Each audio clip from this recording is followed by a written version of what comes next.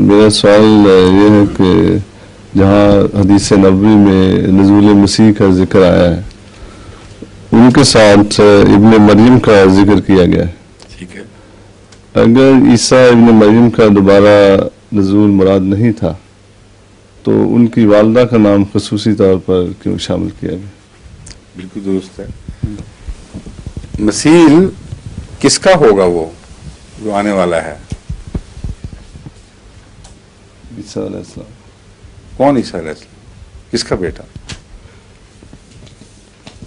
تشخص کے بغیر مسیح ہونے کا پیغام مل ہی نہیں سکتا. اس لیے جب آپ کہتے ہیں فلاں شخص سخی ہے تو اسے خالی حاتم نہیں کہتے، حاتم تائی بھی کہتے ہیں، حالانکہ اس کا قبیلہ اور حاتم کا قبیلہ نام بھی بدلا اور اس کا قبیلہ بھی ساتھ نام ظاہر کرتے ہیں کہ ہم کسی ایسے ویسے حاتم کی بات نہیں کر رہے، حاتم تائی کی بات کر رہے ہیں. سمجھے ہیں؟ اس لیے یہ جو تشخص ہے اگر اس میں خطرہ ہو کہ کہیں غلط فہمی پیدا ہو جائے اس کی وجہ اس سے وضاحت کی جاتی ہے.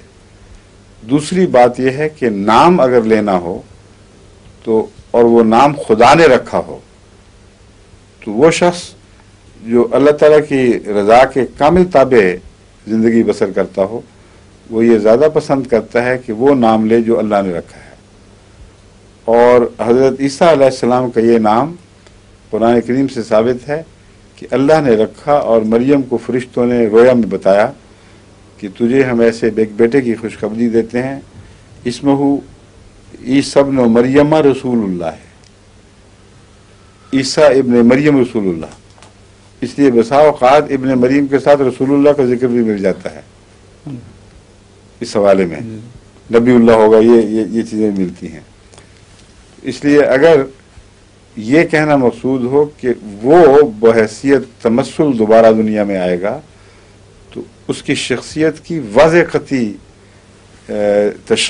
تعیین ہونی ضروری ہے اور ابن مریم کے بغیر ہو نہیں سکتی. سمجھ گئے؟